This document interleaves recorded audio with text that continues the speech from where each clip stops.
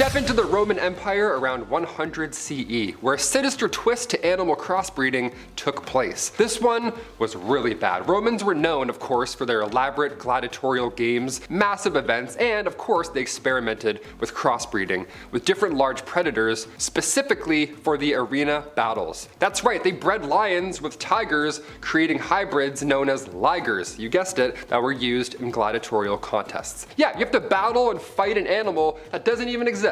Good luck, we're playing God. The resulting creatures were of course terrifying in or out of battle, combining the ferocity of both species. Now, how did these monstrous hybrids affect the spectators' views on these crazy events? Did the Romans see them as a triumph of human ingenuity or a grotesque display of power? I'm betting they went, yeah, fight, and that's all they went. Probably it. Chinese dragon hybrids. In ancient China, around 500 CE, a particularly eerie form of animal crossbreeding emerged. This one's got Game of Thrones written all over it. Scholars attempted to create hybrid creatures that resembled the mythical dragons of Chinese folklore. They tried to make dragons. Are you kidding me? What are we doing? They crossbred various large reptiles such as lizards and snakes, praying to capture the dragon's mythical traits. Can you imagine that? What if it worked? They're like, oh my god, run! The result was a disturbing array of hybrid creatures with dragon-like features, but often grotesque and fearsome appearances. Wasn't exactly a dragon, but definitely was not a dragon. How do these hybrids fit into Chinese mythology? Are all those dragon paintings real? Did they nail it?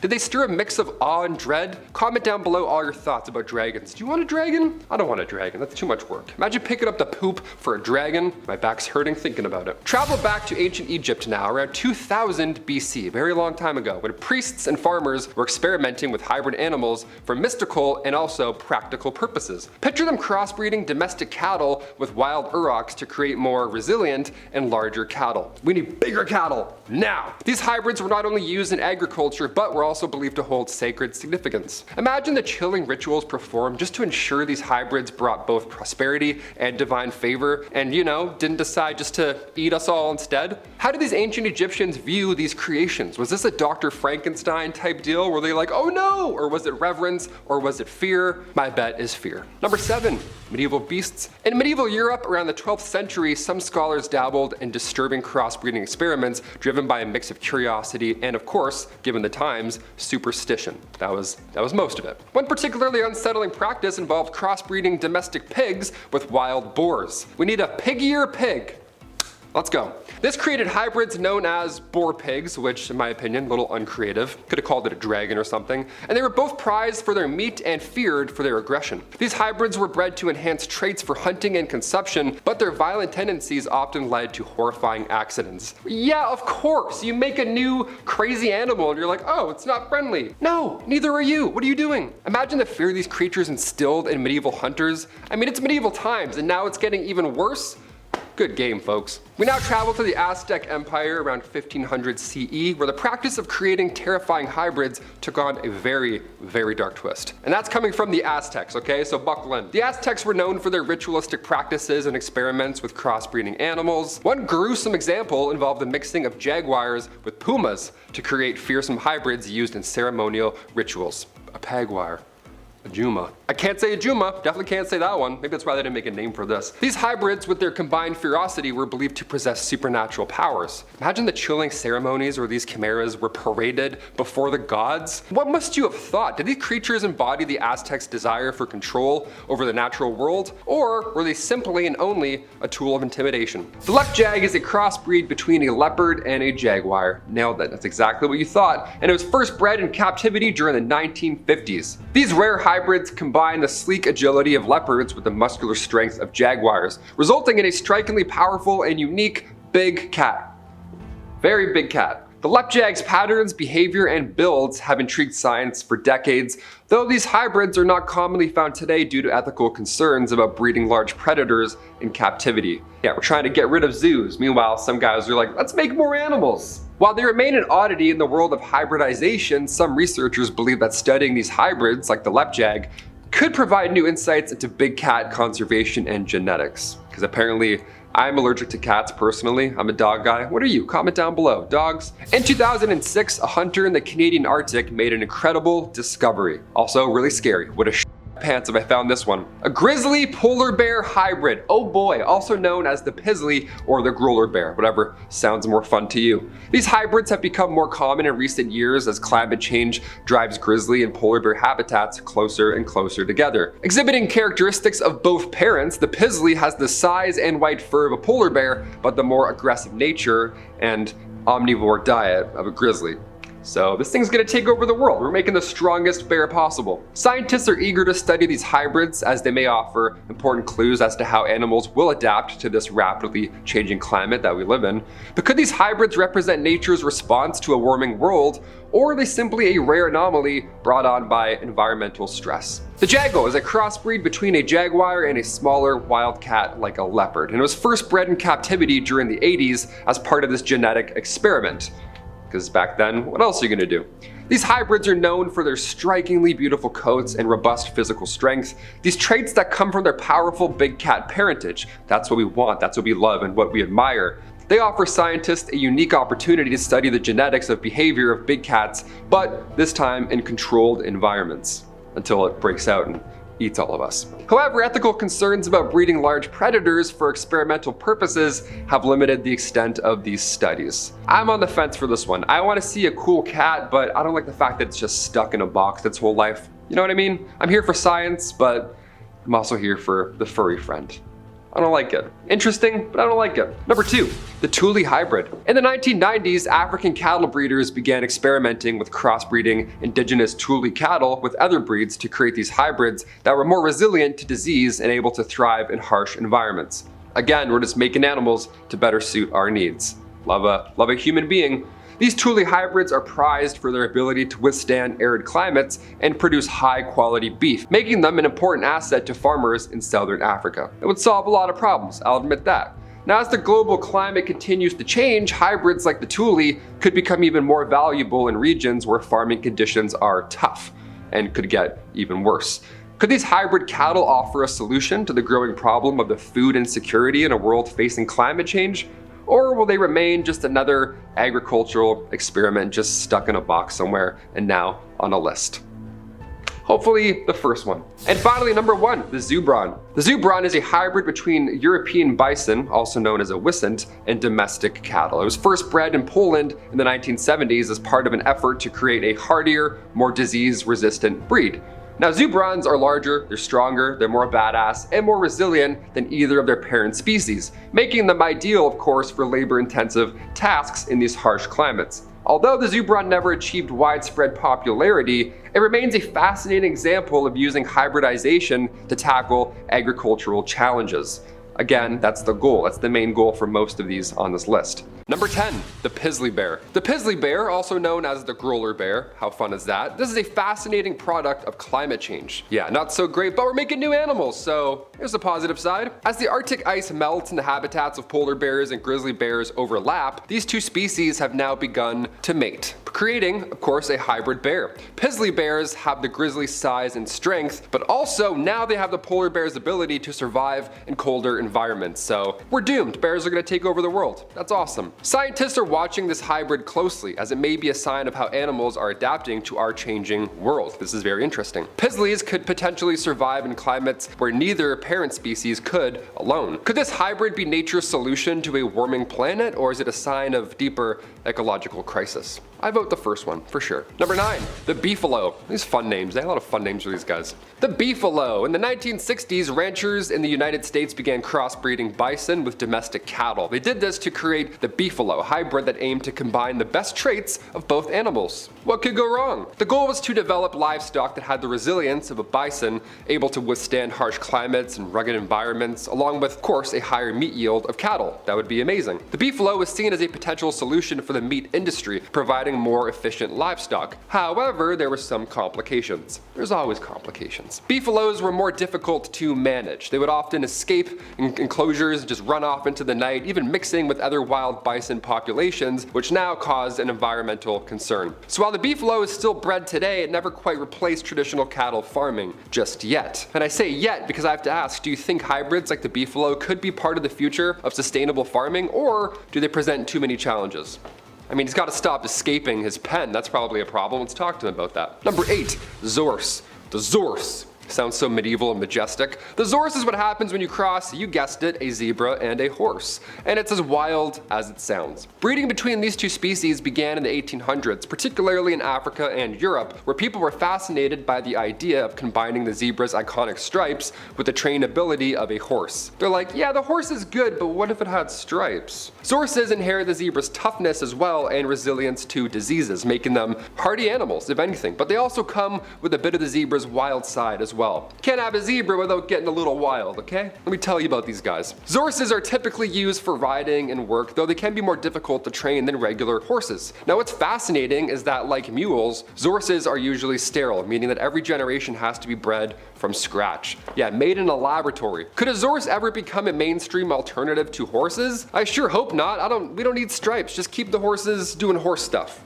We don't need to customize their colors, alright? Let them be. Number 7, the Liger. If you've seen Napoleon Dynamite in the last, 27 years, this one will ring a bell. Ligers are the incredible result of crossbreeding a male lion and a female tiger, and they've been bred in captivity since the early 19th century. Now these massive felines can grow up to twice the size of their parents, super scary, often weighing over 900 pounds. Ligers inherit the lion's social behavior and the tiger's love for water, creating a truly unique, terrifying creature. They are bred primarily in zoos and private collections, all that shady stuff, as lions and tigers don't naturally live in the same habitats, right? It doesn't happen anywhere else but in these labs. Now, despite their impressive size, ligers have some health challenges due to their hybrid nature. Yeah, you can't just introduce a new lung and then be like, oh, I feel good. No, something's gonna happen. The ethics of breeding ligers are hotly debated, as some question the practice of creating hybrids solely for human curiosity, and that's a bit icky, which I agree. At least the other animals on this list, they wanna fix climate change or do something, adapt. This one, they're like, yeah, let's just see what happens. Roll the dice. Not a fan. Number 6, the Dizzo. Oh, that's weird. It says yak and cattle. That's probably like a yaddle or like a cack. That's probably why. The Dizzo. High up in the Himalayas, ancient Tibetan and Mongolian farmers created the Dizzo by crossbreeding yaks and domestic cattle. I guess cack didn't really roll off the tongue, so that's fair. Dizzos are stronger and more productive than either of their parents, which makes them perfect for work in these harsh mountain environments. Now these animals are used for everything from plowing fields to carrying goods over steep terrain. They can manage it all, and their milk and meat are highly prized as well. They're kind of nailing it. Now what makes the Dizzo even more remarkable is its ability to thrive in high altitudes where other animals might struggle. However, like many hybrids, Dizzos are often sterile, like I mentioned earlier, which means farmers have to continuously breed new ones. They can't just sustain themselves. Would you ever see a Dizzo? I mean, it sounds like the least of our concerns so far on this list. Better than a striped zebra horse tiger thing. I don't even know what's going on over there. This one seems fun. Number 10, the wolf dog. Heading back to prehistoric times, the wolf dog is an incredible, terrifying hybrid. It's the result of crossbreeding between domestic dogs and, you guessed it, wolves. This unique mix has existed since prehistoric times, with early humans domesticating wolves thousands of years ago. Now, the wolf dog still maintains a stronger connection to its wild origins than most domesticated dogs. Historically, these hybrids were prized for their hunting skills, sharp senses, and loyalty in battle or in guarding. Sounds like the ideal pet, my gosh. Even today, some people are fascinated by wolf dogs and attempt to keep them as pets, although their care requires specific expertise due to their unpredictable nature. Yeah, a dog with unpredictable nature. What can go wrong, folks? Number 9, the Cheeto Cat. Not to be confused with him, although he's pretty cool. In 2001, Carol Dryman introduced the world to the Cheeto Cat, an exotic hybrid created by crossing a Bengal cat with an Assa cat. The goal was to capture the wild beauty of a cheetah in a domestic pet. Because wouldn't that be ideal? Wouldn't that be cool to have that? And surprisingly, it worked. The Cheeto Cat is muscular, playful, and highly energetic, with a distinctive spotted coat resembling its wild counterpart. These cats are known for their intelligence and social nature, often bonding strongly with their human owners. Now, despite their popularity, their creation of designer pets like the Cheeto raises important questions about the ethical implications of animal breeding purely for aesthetics. Yeah, you can't just make animals because you want to be cool, right? Maudie the elephant. Maudie, born in 1978 at the Chester Zoo, was a rare crossbreed between an African and an Asian elephant, two species that generally don't interbreed in the wild due to their different habitats and behaviors. This is already feeling like Jurassic Park. His birth was a landmark moment for animal science, offering researchers this unique glimpse into the possibilities and also the challenges of hybrid creations. Now, unfortunately, Madi only lived for a few days, but his existence sparked interest in the genetics of these two majestic species. Right now, we're trying to bring mammoths back to life, so this could be the key right here. Understanding hybrid elephants could potentially aid in their conservation, especially as both African and Asian elephants are right now facing threats from habitat loss and poaching. Could be the key to their survival. Or we could make Jurassic Park. One of the two. Number 7, the Parrot Chicklet. The Parrot Chicklet was a vibrant and somewhat controversial hybrid fish. Yeah, you thought I was gonna say bird, didn't you? Got ya. It was first bred in Taiwan during the 1980s, and it's known for its striking orange color and unusual mouth shape, which gives it a distinctive beak-like appearance. Hence the name. While visually stunning, this hybrid fish has been criticized for the health problems that its genetic manipulation can cause. Its beak-like mouth makes it difficult for the fish to eat properly, raising, of course, ethical concerns about creating animals, again, just for aesthetics, at the expense of their well-being. Should we continue to create hybrid animals if their well-being is compromised, just because we want to see, I don't know, a cool beaked fish? Or are these hybrids just another form of artistic expression through genetics? Both are terrible. Number 6, the Iron Age pig. A pig with medieval armor. What is this guy going on about? The Iron Age pig is a hybrid between wild boars and domestic pigs. It was created in Europe during the 20th century as part of experimental archaeology. Now, the goal was to create the pigs that ancient humans would have interacted with, allowing researchers to better understand prehistoric farming and animal domestication. Yeah, bring back the medieval pigs. Let's do it. They're gonna take over. These hybrids, they're hardy, they're adaptable, and they can thrive in rough environments, much like their ancient counterparts. Yeah, they made it through the Dark Ages, so I think they're good now. In addition to academic research, the iron pigs are still bred today for historical reenactments and occasionally for special agricultural purposes. Number 5, lepin, a leopard plus the lion. This is what you get. In the early 1900s, Japanese zookeepers managed to crossbreed a male leopard and a lioness, resulting in the exotic lepin, one of those. These hybrids are larger than leopards but smaller than lions and have the body shape of a lion with beautiful spots of a leopard. Yeah, paint that picture. Lepins are agile climbers like leopards, but they also have some of the social characteristics of lions. Now, because lions and leopards don't live in the same areas naturally, lepins only exist, sadly, in captivity. This list is interesting, right? It's very science heavy, but when you hear about these animals that are just stuck in captivity, that part sucks a lot. They've been bred for study and as attractions in zoos. That's it, right? They're not free to go. Though visually stunning, these hybrids do raise questions about whether crossbreeding for the sake of novelty is even ethical in the first place. Would you want to see more lepins in zoos, or would you want to see less zoos in general? Comment down below. I want to see how you feel about hybrids and zoos and just the whole thing in general. Personally, I don't think we should fuck with any animal, but here we are. Let's continue on with the mule, one of the most well-known and successful animal hybrids of all time. Mules, which are the offspring of a male donkey and a female horse, have been bred for thousands of years. Evidence of mule breeding dates back to ancient Mesopotamia and Egypt, where they were valued for their strength, endurance, and their ability to work long hours. These guys are OG, they go way back. Mules combine the horse's size and speed with the donkey's durability, making them ideal for farming, heavy labor, and transportation, right? They nailed it right across the board. Now, despite their usefulness, mules are sterile, which means new ones have to be bred every time, which is exhausting, I bet. Interestingly, mules were also prized for their intelligence and calm demeanor. Yeah, why do you think mules became so essential to ancient civilizations? Could they have played a bigger role in shaping these early economies? Did a mule build the pyramid? Did we just figure it out? Number 3, Savannah Cat. In the 1980s, breeders in the US took on the challenge of crossing a wild African cat with a domestic cat, right?